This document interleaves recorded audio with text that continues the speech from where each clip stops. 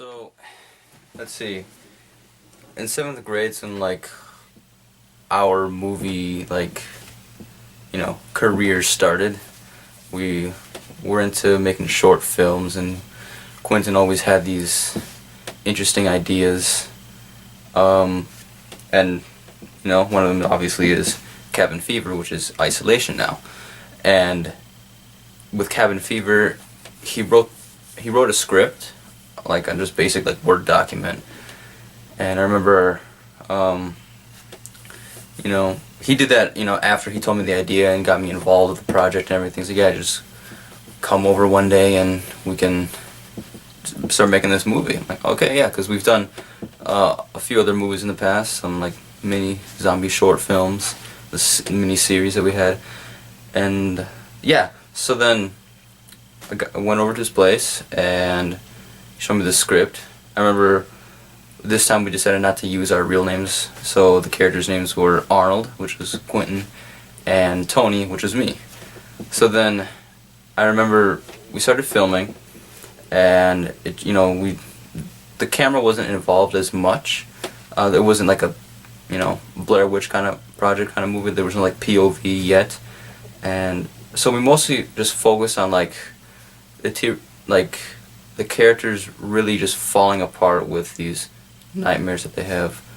And I remember that we filmed this scene where I'm just sitting down and the camera's looking at me, and I'm just sitting there. I had this weird look on my face, and then we overlapped it with me talking about, I was thinking oh, Arnold, he's such a bastard, he's taking all the food or whatever, I'm gonna kill him or whatever. We just had all these thoughts because we were getting Cabin Fever, and that was basically it with that movie, Cabin Fever, when we started in 7th grade. It was just those two characters just falling apart because they were isolated in this area. And so yeah, we uploaded that, and obviously on YouTube we don't really get too popular with those kind of films. So, as the years progressed, we did other films and everything. And by the time we got to 8th grade, around wintertime, around the same time that we filmed Cabin Fever, we decided to remake it again. And at that point, Quentin had moved to a different house and was out in the country. It was much bigger, and we got a more secluded closet to use. It was fairly big enough for the two of us, and so that's where we filmed it, and that's where the camera got involved, where it was more like POV, shaky cam style. Just, that's a cool idea. So we filmed that, and I gotta say I was pretty proud of that movie. We really put in all our effort into that with with as much as makeup we had. We didn't have very much. There was some blood, but we had props like hammers and fake knives, and it was mostly just us. Our characters, we developed them enough to the point where we thought that these characters are not gonna make it, and one of them is either one or both are gonna try to kill each other because they keep thinking that the other's out to get them. And that's what that whole Cabin Fever thing does to you. It just messes with your head. It's just a psychological thing going on there.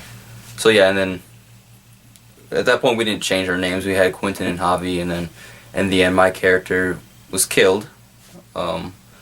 He had his head smashed by a hammer, and then I remember Quentin grabbed the camera and he was about to say something to the camera, but the camera just died. And when it died, I was like, well, what's wrong? He's like, the camera just died. I was like, oh, thank God it just ended right there. He's like, yeah, it's a perfect ending right there. And yeah, so we edited it, well, mostly Quentin did, and then we uploaded it, and I gotta say, I had a few views, more than the one we did in 7th grade, probably around 30 views or something, but I was pretty proud of that movie. It was one of my more favorite films to, act in and write, help direct with it. So, fast forward to the point where we were in 12th grade. I remember in 11th grade we tried to attempt it again at my house. I have this playhouse that I made it all dark and everything, made it look like a real set, but we failed at it, and we just didn't want to do it anymore. And so by the time we got to 12th grade, that's where we really got involved with. We want to go with, like, we want to go after this career of screenwriting. And Quentin had wrote a book called The Fallen Blood about a werewolf, this man turning into a werewolf.